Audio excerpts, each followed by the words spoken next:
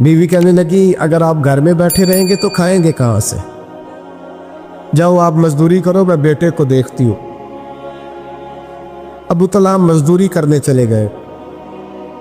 شام کو آئے تو بیٹا فوت ہو چکا تھا۔ عورتیں بے حوصلہ ہوتی ہے نا اکثر، پر بیوی نے سفید کپڑا ڈال کے کمرے میں رکھ دیا۔ بیٹا، ماں اور بیٹا ناپ تکتا ہے رشتہ، بیٹے میں سفید چادر ڈال کے کمرے میں رکھ دیا۔ حضرت ابو طلحہ انصاری آئے، بیٹے کا کیا حال ہے؟ کہنے لگی اللہ کی رحمت میں ہے۔ اللہ کی کیسا جملہ ہے؟ اللہ کی رحمت میں ہے۔ خامد نے کھانا کھایا، بیوی سے ملنے کو دل کیا تو ملاقات ہوئی۔ فارغ ہو کے بیٹھے تو خاتون اٹھ کے نہ خامد کے قریب گئی، اس کا ہاتھ تھاما، کہنے لگی نبی کریم علیہ السلام کے صحابی ہو، ایک مسئلہ دریافت کرنا تھا، بتاؤ گے؟ کہ پوچھو۔ کہنے لگی اگر کوئی آپ کے پاس امانت رکھوائے اور پھر اپنی امانت واپس مانگے تو کیا کرو گے؟ حضرت ابو طلحہ کہنے لگے پوچھنے والی کیا بات ہے، جس کی امانت ہے واپس کر دیں گے۔ اب زوجہ روئی، اب صبر والی بیوی روئی، اب ماں روئی، آنسو ٹپکے، آنچل سے پوچھ کے کہنے لگی ابو طلحہ وہ بیٹا بھی اللہ کی امانت تھا اور رب اپنی امانت لے گیا ہے، اٹھو غسل کفن کا بندوبست کرو۔ حضرت ابو طلحہ اٹھے، ہامتے کامتے ہاتھوں سے غسل کفن دیا، مسجد نبوی میں پہنچے، محبوب کی بارگاہ میں عرض کیا تو رسول کریم فرمانے لگے تیرے اور تیری بیوی کے عمل سے اللہ بھی بڑا راضی ہے، اللہ کے رسول بھی بڑے راضی، اور اللہ تجھے برکت عطا کرے گا۔ صحابہ کہتے ہیں پھر اللہ نے انہیں 9 بیٹے عطا فرمائے، پھر اللہ نے انہیں اللہ کی رضا پہ راضی رہنا سیکھو، اللہ کے قریب چلے جاؤ گے، اللہ کی رضا پہ۔ حضرت سفیان ثوری دعا مانگ رہے تھے، یا اللہ راضی ہو جا، یا اللہ راضی ہو جا، یا اللہ راضی ہو جا، دعا مانگ رہے تھے۔ بی بی رابعہ بصری پردے کے پیچھے بیٹھی تھی، جب دعا لمبی ہو گئی تو کہنے لگی سفیان بس کر، کوئی اگلا لفظ بھی بول، بس کر۔ آپ فرمانے لگے تجھے کیا ہوا؟ تو کہنے لگی تو کب سے کہہ رہا یا اللہ راضی ہو جا، یا اللہ راضی ہو جا، پہلے اپنے دل پہ ہاتھ رکھ کے بتا تو اللہ سے راضی ہے؟ تو راضی ہے اللہ سے؟ تو روز نہیں کہتا پیسے نہیں ہے میرے پاس مجھے دے، تو روز نہیں کہتا یا اللہ فلانی چیز کوئی نہیں دے، اے اللہ فلاں کو دے دیا مجھے کیوں نہیں دیتا معاذ اللہ، تو روز شکوے نہیں کرتا؟ فرمایا پہلے تو راضی ہو جا۔ ترمذی شریف کی حدیث ہے، میرے نبی کریم علیہ السلام نے فرمایا تم اللہ کے دیے ہوئے تھوڑے رزق پہ راضی ہو جاؤ، اللہ تمہاری تھوڑی عبادت سے راضی ہو جائے۔ دیکھیں نا امام حسین کا آخری جملہ کیا ہے میدان کربلا، آخری جملہ کیا ہے؟ میں 5000 مسجد دے کے کہتا ہوں دیا نہیں میں نے، اللہ بڑا راضی ہے مجھ سے، 5 نمازیں پوری نہیں پڑھتا۔ امام علی مقام نے نا دل، کلیجہ، جان، اولاد، ہر چیز نکال کے رکھ دی، تو آخری جملہ یہ تھا اے اللہ بتا تو حسین سے راضی ہے کہ ناراض ہے؟ اللہ تو راضی ہے کہ ناراض ہے؟ بھائی پہلی بات رحمت الہی، دوسرا اللہ کی رضا پہ، یعنی عجیب بات ہے نا، جب اللہ کروڑوں دے تو دنیا چھپاتی ہے، اور جب تھوڑا کاروبار ٹھنڈا ہو جائے تو ساری دنیا کو دنیا بتاتی ہے۔ تو جب میں تو کہہ رہا ہوں کہ میں بندہ ڈھونڈ رہا ہوں جو مجھے ملے، آ کے کہے کہ شکر کا طریقہ بتاؤ، تو مل ہی نہیں رہا، کو ملے جو کہے بڑی خیر ہے، ہر لحاظ سے اپنے رب سے راضی ہو، مل ہی نہیں رہی دنیا۔ تیسری بات، اگر اللہ کے قریب جانا ہے، یہ ان لوگوں کے لیے جو معرفت الہی کے متلاشی ہیں وہ خاص توجہ کریں۔ اگر رب کریم کے قریب جانا ہے تو پھر ایک ذہن بنائے کہ میرا رب میرے ساتھ ہے، میرا رب میرے، نحن اقرب الیہ من حبل الورید، اور درویش کہتے ہیں جے میں تینوں اندر جانا تو پھر مقید جانا، ਜੇ ਮੈਂ ਤੈਨੂੰ ਬਾਹਰ ਜਾਣਾ ਤੇ ਅੰਦਰ ਕੌਣ ਸਮਾਣਾ, ਅੰਦਰ ਵੀ ਤੂੰ ਏ ਤੇ ਬਾਹਰ ਵੀ ਤੂੰ, ਵਿੱਚ ਬੁੱਲਾ ਕੌਣ ਨੁਮਾਣਾ। پھر تصور کرے کہ اللہ میرے ساتھ ہے۔ حضرت جنید بغدادی رحمۃ اللہ علیہ کہتے ہیں میں نے اپنے مرشد سے کہا کوئی وظیفہ جو پڑھا کرو، تو فرمانے لگے جنید پڑھا کر کہ اللہ میرے ساتھ ہے اور اللہ مجھے دیکھ رہا ہے، یہ وظیفہ پڑھا کر۔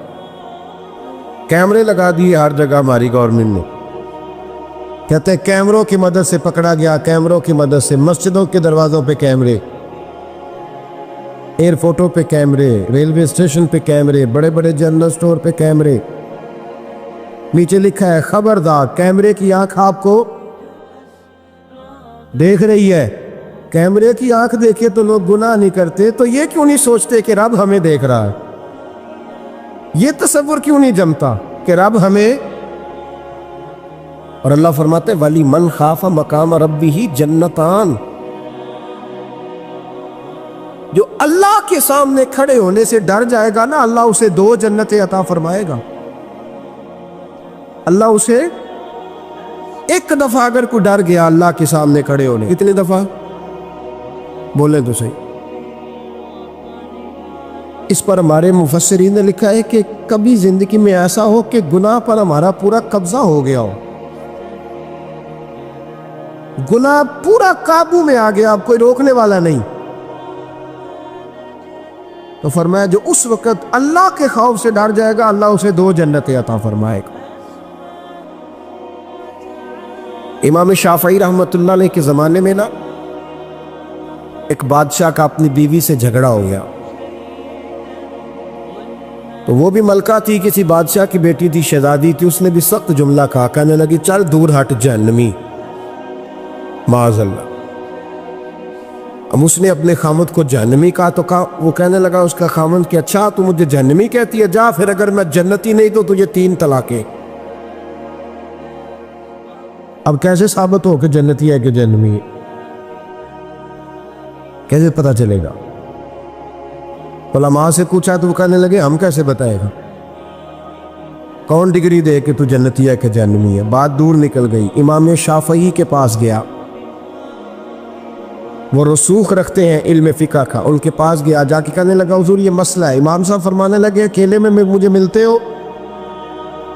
وہ اندر آیا، کچھ دیر گفتگو ہوئی تو امام صاحب فرمانے لگے لو جی یہ بندہ جنتی ہے، اس کی بیوی کو طلاق کوئی نہیں ہوئی، یہ جنتی ہے۔ ہم کو پتہ ہے لوگ فتویٰ جلدی دے دیتے ہیں، کچھ لوگ خلاف تقریریں کرنے لگے کہ بادشاہ تھا تو امام صاحب نے بچا لیا ہے، کیسے آپ نے ڈگری دے دی کہ جنتی ہے جی؟ تو امام صاحب کہنے لگے تم بحث نہ کرتے تو میں بات پردے میں رہنے دیتا۔ سنو، میں نے بادشاہ کو تنہائی میں بلا کے پوچھا ہے کہ کبھی اللہ سے بھی ڈرے ہو؟ صرف اس لیے کہ اس وقت اللہ دیکھ رہا ہے۔ یہ نیت کبھی بندوں سے ڈر کے تو بندے بڑے گناہ نہیں نہ کرتے، کبھی اللہ سے ڈر کے بھی چھوڑا ہے؟ تو بادشاہ کہنے لگا بالکل چھوڑا ہے۔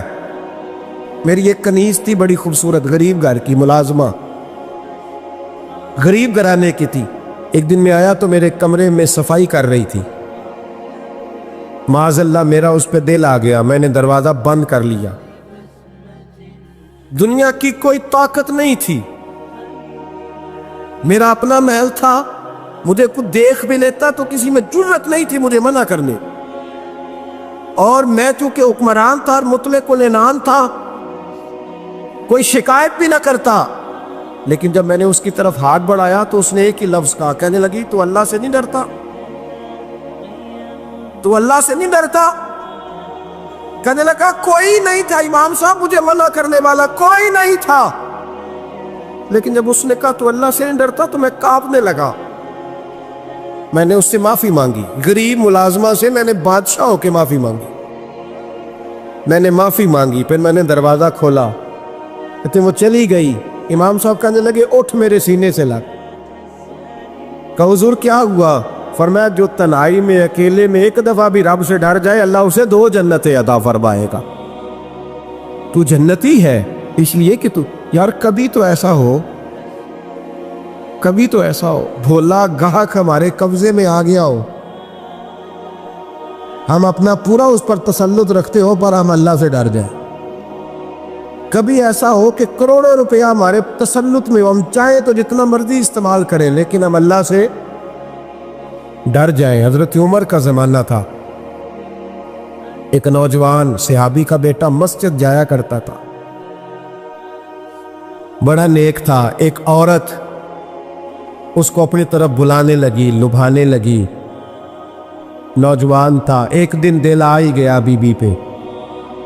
عشاء کی نماز پڑھ کے اس کے گھر کی طرف جا رہا تھا کہ کسی قاری صاحب نے آیت پڑھ دی، ولی من خاف مقام ربہ جنتان، جو اللہ کے سامنے کھڑے ہونے سے ڈرے گا رب 2 جنتیں عطا کرے. یہ آیت کیا سنی کہ نوجوان بے ہوش ہو کے گرا. کسی نے باپ کو خبر دی کہ تیرا بیٹا بے ہوش ہے. باپ گھر لائے، بالوں میں ہاتھ پھیرا. بیٹے کیا ہوا؟ اس نے آنکھیں کھول کے کہا ابا جی میں نے گناہ کیا نہیں، لیکن میرا قبضہ پورا ہو گیا تھا گناہ پہ. وہ بالکل راضی تھی، میں چاہتا تو میں گناہ کر لیتا لیکن میں اللہ سے ڈر گیا. کیا واقعی رب مجھے 2 جنتیں دے گا؟ تو باپ نے ماتھا چوما. کا بیٹا اللہ کے وعدے بڑے ہی سچے ہیں، بڑے سچے ہیں. تو یہ تصور کر کے اللہ مجھے دیکھ رہا ہے، پھر ڈر جا، واقعی 2 جنتیں دے گا. اس نوجوان نے چیخ ماری اور روح ہی پرواز کر. رات کو جنازہ پڑا، دفن کر دیا. صبح حضرت عمر آئے، فرمایا اتنا نیک نوجوان تھا تو مجھے کیوں نہیں بتایا؟ میں اس کے غسل میں شریک ہوتا، کفن میں شریک ہوتا، میں جنازہ پڑھاتا. حضور بس رات دیر ہو گئی، دفن کر دیا. امام سیوطی نے لکھا، ابن کثیر نے لکھا، ابن عساکر نے لکھا. حضرت جناب عمر فاروق فرمانے لگے مجھے بتاؤ تو صحیح اس کی قبر کہاں ہے؟ نیک ہو کوئی بندہ تو قبر پہ جانا چاہیے. فرمایا بتاؤ قبر کہاں ہے؟ حضرت عمر کو قبر پہ لے گئے تو سیدنا فاروق اعظم قبر پر کھڑے ہو کے فرمانے لگے نوجوان مجھے امید ہے اللہ نے تجھے 2 جنتیں دی ہوگی. حضرت عمر کہتے ہیں مجھے اللہ کی قسم قبر کے اندر سے بول پڑا، کامے پیرونا دے باہو قبر جنا دی جیوے. قبر کے اندر سے بول پڑا، کہنے لگا عمر امید والی بات نہیں، میرے رب کے وعدے بڑے سچے ہیں. اس نے واقعی مجھے 2 جنتیں عطا فرمائی، اس نے واقعی 2 جنتیں دی ہیں. کبھی کوئی کام تو ایسا ہو جو صرف اللہ سے ڈر کے چھوڑا جائے، پھر اس کا قرب پانا آسان ہو جائے گا. اللہ سمجھنے کی توفیق عطا فرمائے.